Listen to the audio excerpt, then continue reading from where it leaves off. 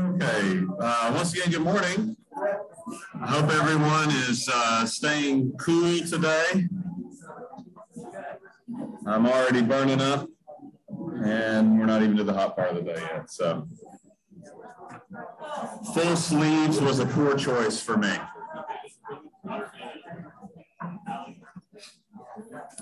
So we're going to get rolling on our study today. I want to remind everyone there's a great study going on most weeks right now during the summer with Pastor Dan, and what we're discussing has to do with Christians and our faith and how that interacts with the broader culture when it comes to media, social media, that sort of thing. How do we interact with those things? It's not, and before anybody gets the wrong impression, if you haven't joined us yet for this class, Pastor Dan's not up there saying don't be on social media, don't consume the mainstream media or anything like that. What he's doing is helping everyone to think through how is it as Christians that we interact with media, social media. It's a positive spin. It's a positive, like, how do we interact? And so that's a really interesting study. If you want to be part of that, most weeks right now in the summer, that's what we're doing. We're taking 1 week off of that study to give me the opportunity, and I appreciate Pastor Dan being willing to do this, to give me the opportunity to give y'all a little bit of an update on Tanzania. Now, some of you were at the 8 o'clock service. You heard me preach a sermon where I included some material on Tanzania, but that's a sermon. And so ultimately what I'm trying to do is encourage you in your faith, not give a talk, right? And so today at the Bible study hour, I get a little bit more of an opportunity to go into some more of the facts and figures and to share with y'all a little bit more about the church, the Lutheran church in Tanzania, how it's structured, how they're going about their mission there where Christ has planted them. And it's really exciting stuff. What you have on the screen right now is a picture of the country of Tanzania, but it's only one part. That's Mount Kilimanjaro. So I don't know if you've heard of that volcano, but it's a big mountain. It's a big landmark in the country. In fact, much of what you like, I don't know if you were like me and you grew up on like Wild Kingdom or whatever, that TV show, and they showed you like the zebras and stuff running on the Serengeti. The Serengeti is right there too. So all of that stuff that you think of as like Africa, first of all, Africa is enormous, so it's not. Whatever you thought was Africa is not all of it. And number two, almost everything you thought of as Africa growing up, or at least I did because I was watching those nature shows, it's really all just Tanzania. So Tanzania is a really, really beautiful country, but it's got a lot of different diverse landscapes. So it has some drier areas, and where I'm teaching when I go over there is a drier area, and I'll show you that in a little bit. But this is where I fly into the country. I fly into Tanzania at Mount Kilimanjaro. So it's kind of a nice thing if you have a love for the country and you're flying in and you fly past that huge mountain. It's kind of a nice welcome back, right? Because you fly in there at the mountain. Their largest city is on the coast of Tanzania. I'll talk more about that in a second. Their capital is inland, but there are two cities that are at the base of Mount Kilimanjaro. One city is called Arusha. It's a coffee growing region. They produce a lot of really, really good coffee and chocolate. And then another city is called Moshi. And so there is a big international airport there, and you can fly in. Just to orient us a little bit, where in the world was Pastor Will? If you look at the continent of Africa, there's lots and lots of different countries, and Tanzania is highlighted there in green. You can see that it sits very close to the equator. So if you were to put that on our side of the globe, because we're already on the other side of the globe in this shot, right, with this map. If you were to put that on our side of the globe, think about, if you know much about South American geography, the country of Ecuador. In Spanish, that just means equator. So that's about just south of that. So like Peru or something, right? So that's kind of the same latitude there. The country just to the north and the east of that highlighted green country, Tanzania, is the country of Kenya. And you may have, of course, heard of Kenya. And then above that, Ethiopia. And so that's kind of where in the world I was. I flew over through the Middle East, through a city called Doha in a country called Qatar. It's part of the Arab Emirates. And then I flew south there to Tanzania. If you look, and this is kind of a stylized map, but I kind of thought it was cool. So if you look at a map just of Tanzania, and for those of you at home, I'm really sorry if this gets a little soft for a second. I'm going to go up and point at the map physically. But if you look here, this is Mount Kilimanjaro. So this is where I flew in. Serengeti is, well, it's right here. And then here's Ngorongoro crater. That's another volcanic crater. It's really beautiful there. These are two national parks next to each other. And then here's Arusha. That's the coffee growing region. So I fly in here, but I got to get all the way inland. And so what I have to do the next day is I fly to this city on Lake Victoria. So if you've heard of Lake Victoria, that's where that is. This is Lake Tanganyika. So it's where the country gets part of its namesake. Tanzania is a made-up word. This is the island of Zanzibar. And then all of this used to be called Tanganyika after Lake Tanganyika. But if you put Tanganyika and Zanzibar together, they came up with Tanzania. Okay? So that's where they came up with their country's name. So I had to get all the way inland to Lake Victoria. Lake Tanganyika is, if I'm not mistaken, the whole Dr. Livingston, I presume, thing. If y'all remember that from history class, that's here. But Lake Victoria, huge African Great Lake, really large. 3 countries share the lake. And so this is the city of Mwanza on the lake, and I got to get to there. And then I got to drive, depends on who's driving. I got to drive, if the bishop's driving, it's closer to 5 hours. And if my usual driver is driving, it's 3. So I got, each day's like 2 hours off.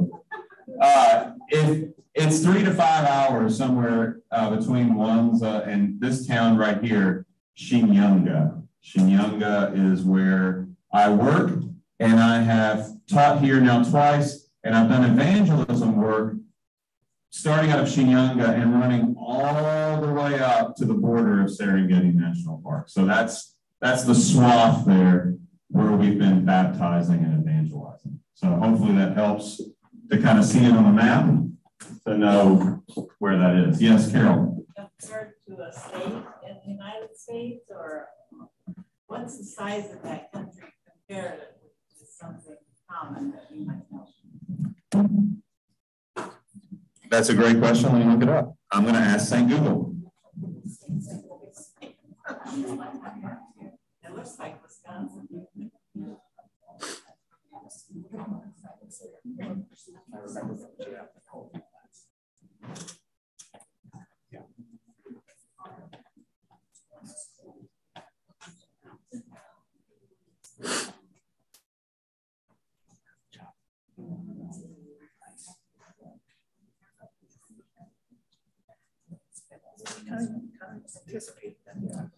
So I've got a comparative map on my phone, and it looks like if you go down to the southern tip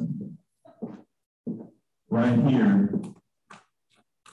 of the country, you could start overlaying that on North Carolina, and then this tip up here would be roughly Green Bay, Wisconsin. So it's a fairly large country. Yeah. Yeah. Good question. Other questions so far? Yes. While through your travels, did you see any wildlife? Yeah, there's wildlife everywhere. I wish I could have anticipated your questions better. I wish I could give you some. What is the name of that stork? I'm just going to go on the internet. I'm trying to remember the name of that stork. Hold on.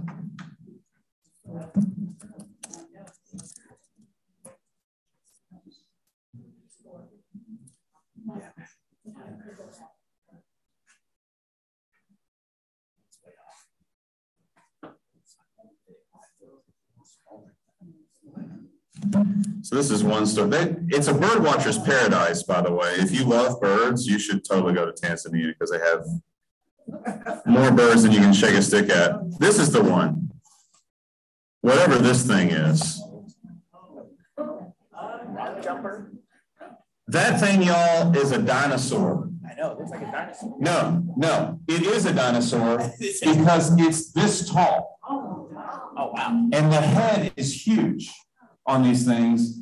And if I'm in a town called Bariadi, they're walking around the streets. Like there's people going to and from work and like shops and doing some shopping. And there's storks that look like this that are walking around looking for whatever trash we leave. And then that's an easy meal. And they're just walking the street like a pedestrian. And people treat them like squirrels or something. And it's a dinosaur, and they treat it like it's a squirrel. And it's the craziest thing I've ever seen in my life. So yeah, there's lots of wildlife. It's a bird watcher's paradise. I'm going to go back here. It's funny that I actually tried to Google that live because you never know what Google comes up with when you do a search. And it would just be bad if something inappropriate came up in the middle of a Bible study. Anyway, but good. We said stork, and that's all we said, so it's okay. But yeah, so there's all kinds of wildlife. I've been on safari there. So I've been in the Serengeti. So I've seen all of that good stuff. And of course, you saw the picture from Mount Kilimanjaro. There was an elephant there that's not superimposed. There's a national forest there called Arusha National Forest.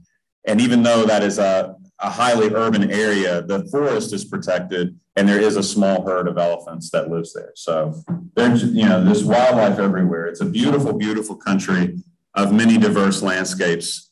The area around Lake Victoria, at least around Mwanza, they call it Rock City. That's its nickname, but they don't mean it like Detroit, like Detroit Rock City.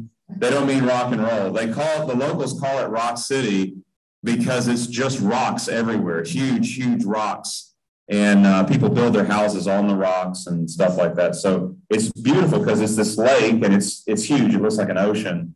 And then you have these cliffs with all these huge rock formations. And so it's just a very diverse country, and it's very beautiful, and there's lots of wildlife there. So good question. Is it a peaceful country? It is a peaceful country. It is a peaceful country. I hope it remains a peaceful country. How big is the city of Shinyanga? Shinyanga kind of reminds me a little bit like of Lincoln. It's like a big, small town. So it's big enough to have stuff. Yeah. And it's small enough to where you can get to all the stuff with not a lot of problem. So, yes, Harlan. Is the population all African? Yeah, they're all African. Yeah. So their society is a tribal society. And so they still maintain their tribes. So they are contemporary and modern in like they have cell phones and they're all on Twitter just like we are, and they're all on Facebook and stuff like that. And, if you're a businessman, you'll wear a suit, although a traditional African suit looks a little different than a traditional Western suit, so they don't do the shirt and tie thing necessarily. I'll show you some examples here in just a minute as we go through the photos. But they wear, businessmen will wear a suit,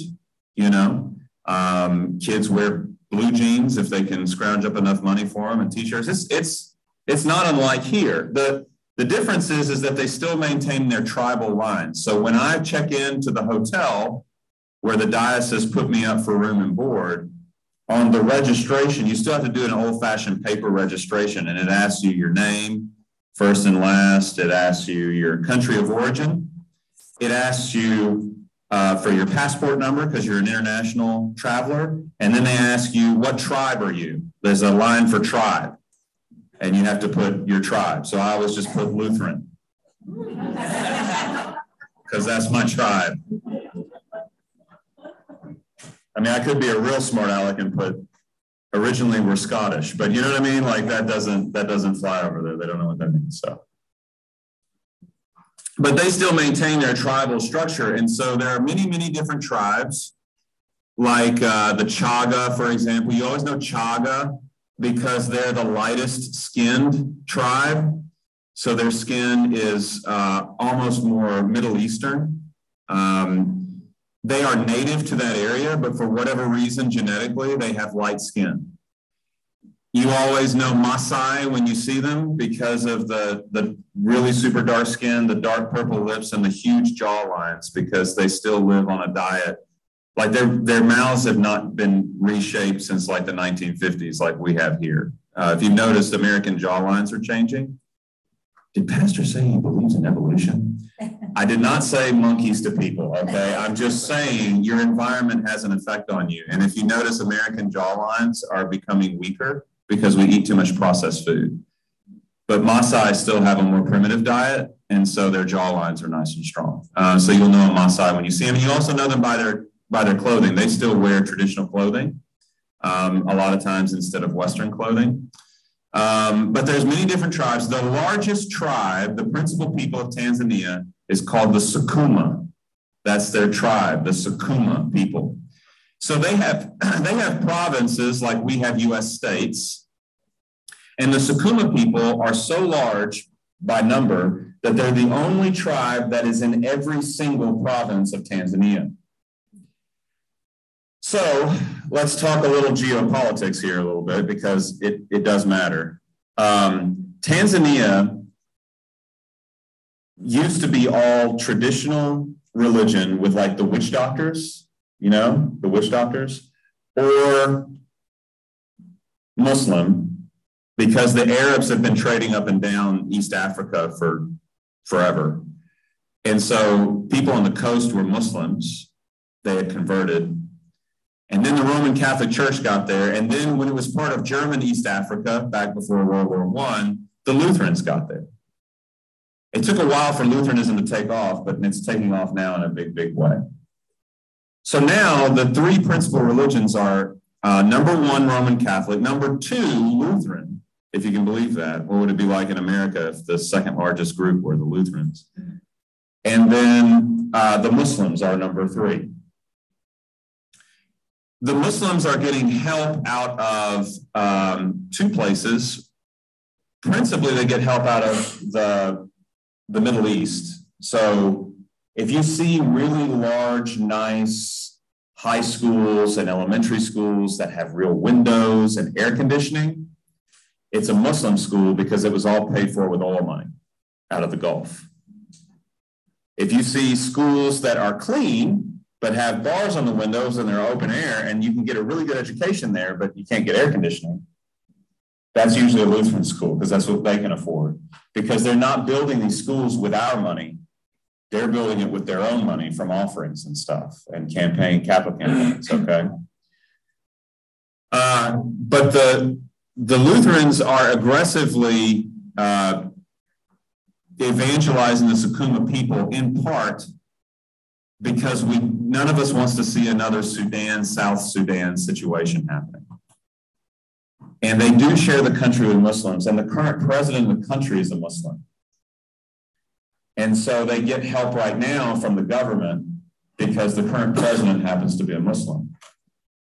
But the Sukuma people are in every province. They're the principal people of the country. And guess what? They turn out in droves on voting day. So they want them to know Christ. There's also a stabilizing factor to working aggressively amongst the Sukuma people. because the Muslims are staying in the cities where it's relatively nicer, where your living accommodations and everything else is nicer. There's more money, there's more job opportunities, and the Muslims concentrate a lot of their work in the cities, the major cities.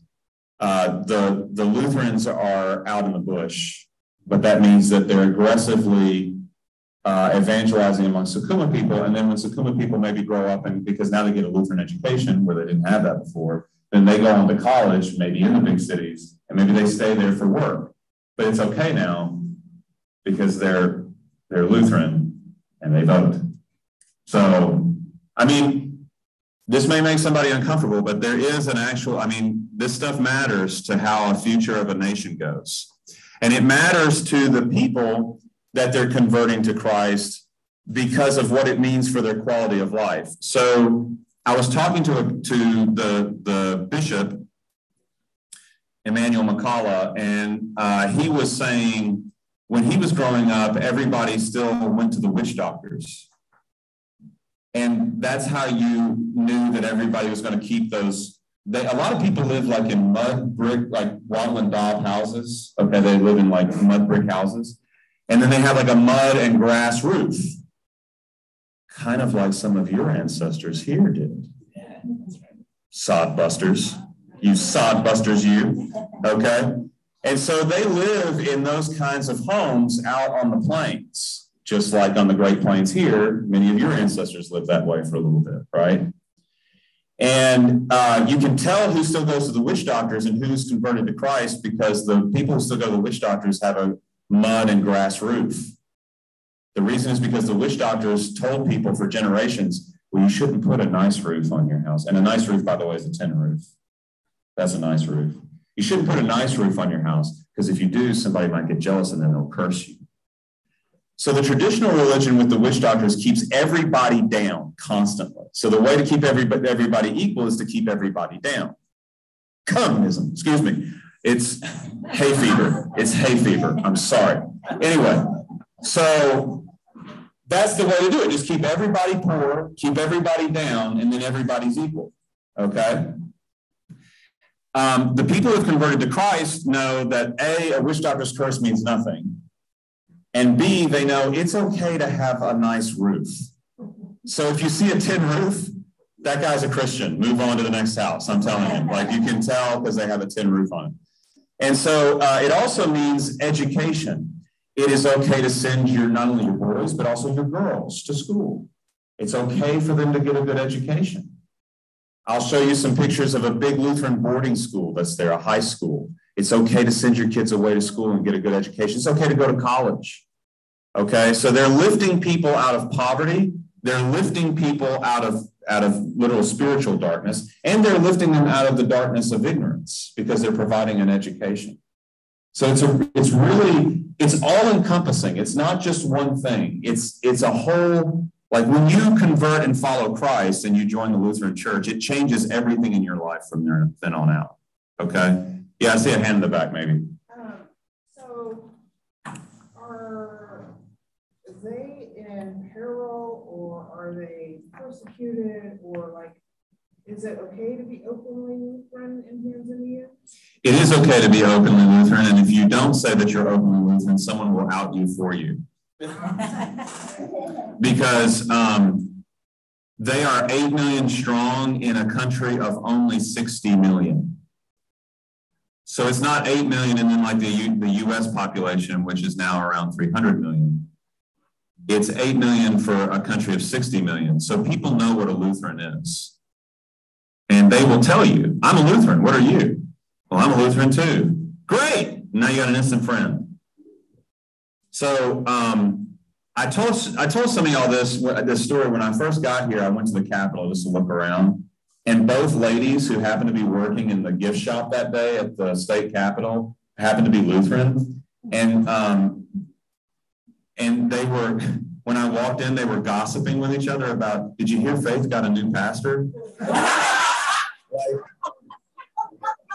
They were, because one of them was like Christ and one of them was Messiah, and then they were gossiping about like, did you hear Faith got a new pastor or something?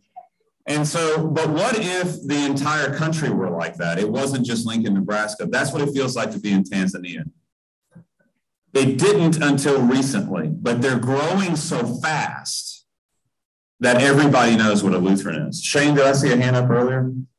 I think you answered. I was going to ask about the spiritual climate. Yeah, so you're either Catholic or you're Lutheran or you're Muslim, and there are still plenty of people who still go to the witch doctors. Okay?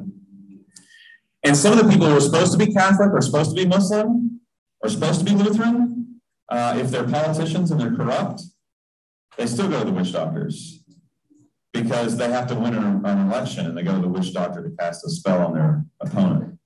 So there is still some of that that's still kind of going on under the surface. They're trying to stamp it out, but there's still some of that goes on. So the Lutheran Church of Tanzania is a confederation of 8 dioceses, numbering 8 million in total. When I say confederation, what do I mean? I mean that each of them operates independently. Okay? Each diocese operates independently except in common social work. So what's an example of that? Common social work would be like this. Around Lake Victoria, it's a gene thing, so it doesn't recognize national borders. It doesn't matter if you're in Kenya or you're in Tanzania. Around Lake Victoria, the recessive gene for albinism is very common, meaning you've got an African kid born without melanin, okay? And they've got usually eye problems too. So albinism is a condition that affects a lot of people born in Kenya, Tanzania, all the way around the lake. The witch doctors preached for generations that nobody can remember how long back this goes, that people born with albinism were cursed. And so many families, because you don't know if both you and your new wife have the recessive gene, you won't know until you have babies.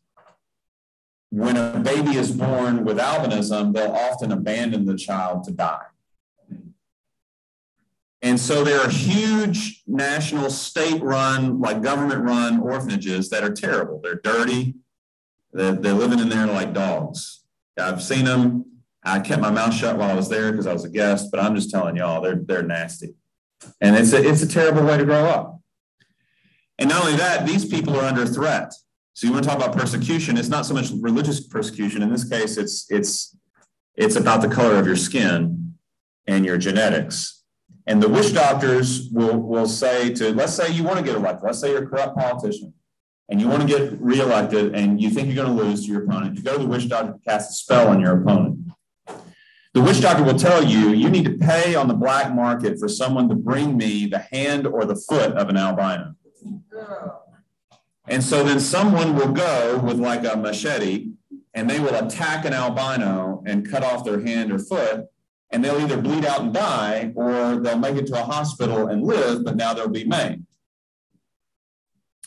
And then they'll pay 10,000 US dollars. That's a lot of money over there.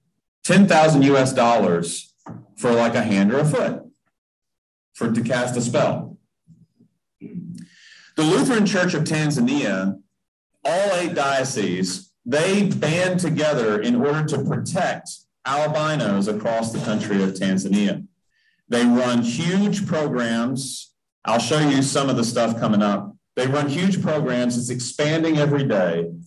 And they treat albinos like people. You know why? Because they are. And so the Lutheran Church of Tanzania trains albino women as deaconesses. They train albino men as school teachers. And then they place these school teachers in front of kids and in a Lutheran school and say, do your ministry. And so then the wider community gets to start to see an albino as a person and as a contributing person to the community. So it's a really great thing of what they're doing. And they do band together with stuff like that. Not this time, but the last time I was there was a huge national debate. It was televised. They had to have military security around the church where we held the debates because they were worried that somebody might get upset that we were having these talks about albino persons and that they would attack the facility. So we had military with their M16s or whatever around the perimeter providing security, and it was televised. And the pastors of the Lutheran Church of Tanzania were in a live televised debate with an association of witch doctors on the rights of albino people. And it was awesome. And it was awesome in part because Tanzanians don't have a concept of political correctness. So like the witch doctors got up there and they said, you act like we witch doctors are completely different religions, but we are all loyal sons of the church. In America, you can't bust out laughing and pointing publicly because it's considered rude, because we have political correctness. In Tanzania, that's such a ridiculous statement. All the gallery of pastors were belly laughing and pointing because it was such a ridiculous thing that the guy had said, right? And then the greatest moment for me was when one of the pastors got on the mic and he asked this witch doctor point blank on national television, what do you call albinos? No, we call them albinos. No. In your preaching and in your teaching, what do you call albinos? And he had to admit it on national television. We call them goats. And why do you call them goats? Because you think they're no better than animals. Like he had him dead on the floor. It was the coolest thing. Like y'all, I get goosebumps. It was awesome. And you talk about spiritual warfare, and you talk about our fight is not against flesh and blood. We were battling to protect albinos against spiritual darkness, right? And it was an awesome moment. So these guys are banding together to do work like that, but otherwise they operate independently of one another. The southeast of Lake Victoria Diocese is a smaller diocese within the national church.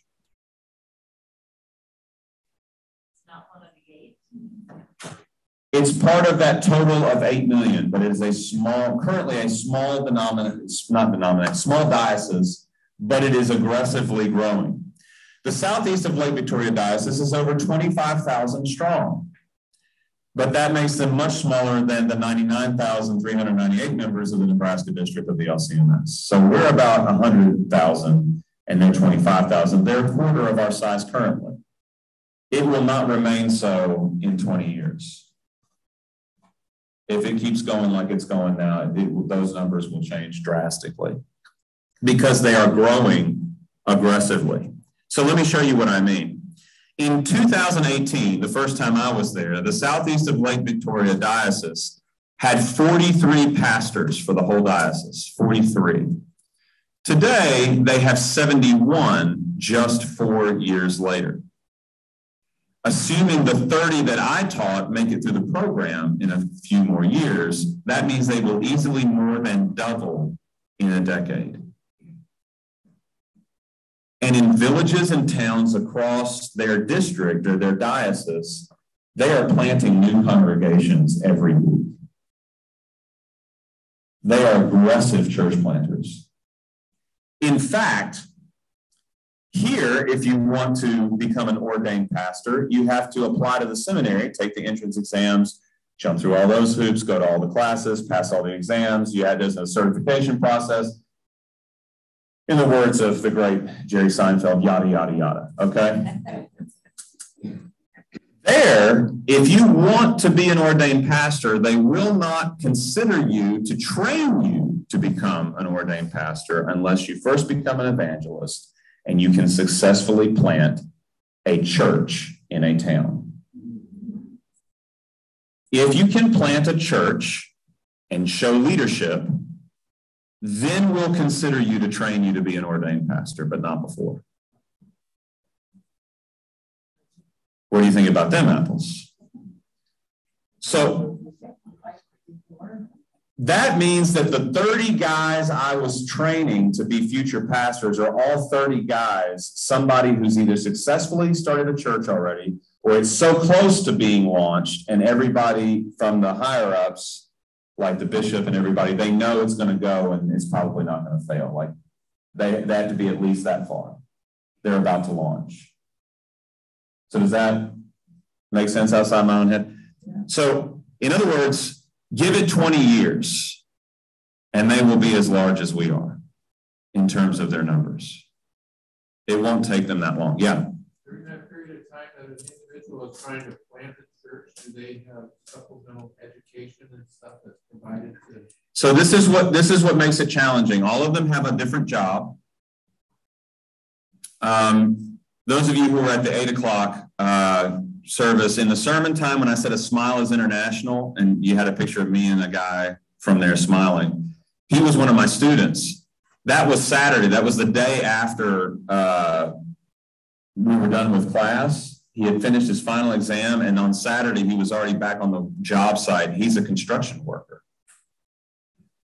So they have jobs. They're working jobs. When they have an opportunity to study, they take that opportunity to study. So the Bishop McCullough, calls me his flying doctor. And right now he's relying on flying doctors. So when a visiting scholar comes over to guest teach, that's when they have to stop everything they're doing and do an intensive week, 2-week class. And then they go back on the job, and then they're planting a church on the side. This is how dedicated you have to be and a good time manager, because that's a lot. So yeah, just give them a minute, y'all, and they're going to get there, because they are going. They don't let grass grow under their feet. They're going. The current bishop, this is him, of the diocese is Reverend Dr. Emmanuel McCullough. He retires according to their constitution in December. He has to retire because they have a clause in their constitution that means that they don't have to get stuck with a bad bishop whenever that happens. He can't be bishop more than a decade. After 10 years, he has to retire. Everybody wants him to stay, and there are people who have called for a constitutional referendum, and he put the kibosh on it. He squashed it, and he said, I'm glad that you like my leadership. I'm glad that I've been effective. But what happens the day you have an ineffective one who's just good at politics? Let the Constitution stand. There's wisdom in it. Get a new guy, elect a new guy. Let's keep moving forward. So he is going to retire as of December. However, he will remain active in coaching pastors and the building of the seminary. So what do I mean by coaching pastors? How many of you have heard of Pastoral Leadership Institute, PLI? A few of us. PLI, Pastoral Leadership Institute, is a coaching network and an actual program that helps pastors in like executive leadership skills, okay? They're based out of Nashville, Tennessee, and Emmanuel has gone through their program and is going to be the lead coach. So in retirement, he's still going to work a lot because he's going to coach pastors in their diocese to help them to learn executive leadership skills. Okay, so he's going to continue coaching in retirement. You see the suit he's wearing, by the way? I told you I'll show you an example of a suit. That's a formal suit in Tanzania. And it kind of looks like some of the stuff we used to wear like in the 70s.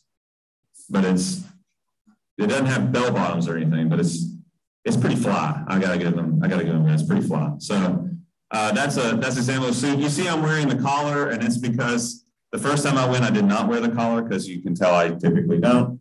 And the other pastors made fun of me, and they hazed me like it was a fraternity. And they said, do not come here without your collar. And people recognize the collar, and they see it as a sign of respect. Wear your collar. So when I'm over there, I wear the collar so that they know that I'm a Lutheran pastor. But Emmanuel's also going to be involved in the building of the seminary. They have land that they have purchased for the building of their own seminary, and they have gotten enough guys through. Okay, so all of this training has to be accredited somewhere. Where is it accredited? Good, I'm glad you asked me to tell you. Through our seminary, the LCMS seminary in Fort Wayne, Indiana. That's who's accrediting their program. So when I teach, like I taught on the Pentateuch, right? The first 5 books of Moses. I made sure in communication with Fort Wayne that my syllabus matched their department standards. So I didn't just go over there and go, hey guys, open the Genesis and let's have a good old time for a week. Now this was real teaching, like a real program, and I made sure that it conformed so that their program can remain accredited through Fort Wayne. Everybody with me? And then they've gotten enough of their guys through the doctoral program at Fort Wayne, Indiana, that they have enough of their own guys that they can now form their own faculty, which is extremely exciting. because it means that they won't be relying on flying doctors anymore. They're not waiting for some white guy from the United States to be able to have the time to donate to get on a plane.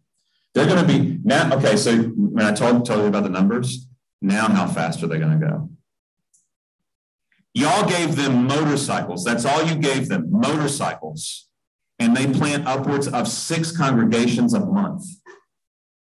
You gave them motorcycles and they plant 6 congregations a month. Now what if they have their own seminary and their own faculty? How fast are they going to go? Because they're not going to be waiting on anybody. This is exciting. If that don't light your fire, your wood's wet, I swear. Because that's exciting stuff. These guys are fixing, they're already running. They're fixing to start sprinting. And so he's working on the building of a seminary there. And once they have the facilities, they've got the guys to staff it as a faculty. They will still be asking flying doctors to come over to guest lecture, but we'll be guest teaching at that point. They have their own faculty. Okay. So it's really exciting stuff. So he's working on that now. He is working on it with one of our missionaries from the Lutheran Church Missouri Synod. His name is Shawan Trump. And Shawan and I are classmates. My first call was to Knoxville, Tennessee, and his first call was to Nairobi, Kenya. And he's been there ever since. And so 15 years later, Shawan is now the coordinator for all of East Africa with LCMS World Mission. And so Shawan is working very closely with the bishop in order to get that seminary built. Okay. As I said, the class I taught was on the Pentateuch. I taught 30 future pastors and 6 future deaconesses, and there they all are. And I'm glad to say, some of them by the skin of their teeth, but everybody passed. So I'm really, because it looks bad on the teacher if we can't get everybody through. So, but everybody passed, even if it was by the skin of their teeth. And I was honest with them. I said, you are saved by grace. You will not pass my class by grace, but by the qualifying exam. So you better study. And they did. They're very dedicated. They're very dedicated. You see the open air windows. In the morning, it's nice and cool. By 2 o'clock in the afternoon, it's nice and hot. And we've had lunch already. And everybody, including the instructor who's in the middle of lecturing, starts to do this.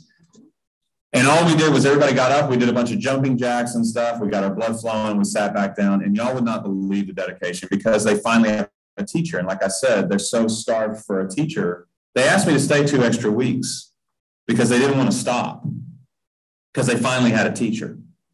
So they're so dedicated while you're I mean, it's amazing. You know, they're just so thankful and they're so dedicated and they stayed focused the whole time. Yes, Jenny, I think. No, Jennifer. Jennifer, excuse me. You can share with your friends in Tanzania that I too, there are people here in the United States that went to Lutheran schools that were not air conditioned. Yeah, you remember that. You remember those days. Yeah.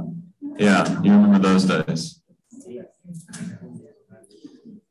So that's that good looking class. Oh, and this was funny and cool. I told y'all that last time I was there, we were evangelizing. I was working with 2 different evangelism teams in villages all running all the way up to the Serengeti line, to the line of the national park.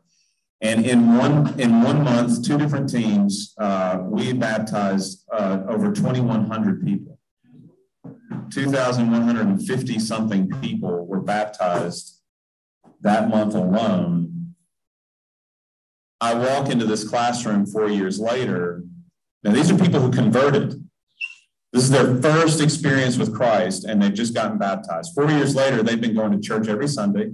They've been reading their Bible. They've been learning from their pastor and from the other evangelists. And 4 years later, they feel like God's calling them into ministry. I walked in that classroom. I recognized some of the people that we had baptized. And they're already ready to go out and be pastors. It's pretty amazing stuff that's going on over there. Here's a wider shot of the training facility with our favorite means of transportation, the Toyota. And that thing will get you across washed out cattle trails that serve as roads. Speaking of, here's a road behind the training center. That is a road. It's kind of like, where's Waldo? Can you find the road? But this part of Tanzania is savanna. It's plains, and it's got a wet season and a dry season, and that's it. And if you're there in May, when I was, you're there at the end of wet season and beginning of dry. All of that green is going to be gone. Well, it's probably gone by now, frankly, because it's all going to turn brown and die, except for like the acacia trees, and then that becomes food for everybody. So, so yeah, it's real green in one part of the year, real brown and dead in another part of the year. But that's what it looks like, and they call it the bush. They say, "Welcome to the bush." So these are two of my students from 4 years ago, and today they are ordained pastors, and they served as my teaching assistants. Can you guess which one's Chaga tribe from what I told you earlier? It's the guy on the right. He's Chaga. And so you can tell. So these two guys were a couple of my students 4 years ago. Today, they are serving as senior pastor and associate pastor, respectively, of the cathedral. So they gave these two young guys a pretty big responsibility. So the big cathedral in Shinyanga, this is now the senior pastor and the associate pastor. So the guy on the left is the senior pastor, and his first name is Antidius. His parents gave him a Latin name, Antidius. And then the guy on the right is Magnus. They gave him, so Lutherans don't just come from Germany, they also come from places like Norway, Sweden, right? And so these African Lutherans have had contact with Scandinavians, and that's where they learned the name Magnus. And so they gave him the name Magnus. So that's the big guy over there on the right. And so they serve as my translators and my TAs. This guy, oh, we're out of time. This guy is the assistant to the bishop, Johanna. Behind him, Frank Mindy. He's one of their exegetes. He went through the doctoral program at Fort Wayne. So he's one of the guys that would make up their future faculty at the seminary. Besides being assistant to the bishop, he's also been the headmaster of the boarding Lutheran high school in Mwadui, the town of Mwadui. Here are some pictures of that high school. They have many, many buildings, as you can see. They have boys' dormitories and girls' dormitories on completely opposite ends of the campus from each other because it's high school kids. And they run a great program. This is college prep. You can go on from here to any university in the country. It's very well thought of. And then I'll give you this picture. I told you about the orphans with like the albinism and all that. The government facilities are terrible. What you see going up are brand new group homes for orphans on the campus of the boarding school. They're just going to extend all of their education programs now down into elementary and preschool, and they're going to provide those educational opportunities for orphans who live in their group homes. And they put deaconesses in charge of the whole thing. So strong female leadership, they're just tearing it up. It's awesome. And just so that y'all know, halfway around the world, you can be halfway around the world. You can be in the city of Mwanza on the beautiful shores of Lake Victoria, having some fried tilapia, and you look up at a sporting goods store, and you just cannot get away from the price. You can't get away. Y'all are everywhere. The big red end is everywhere. It's international. So I love you. Jesus loves you. Thanks. Go get your kids. I'll see you in worship. Happy Father's Day. See you later. Pray for the church in Tanzania.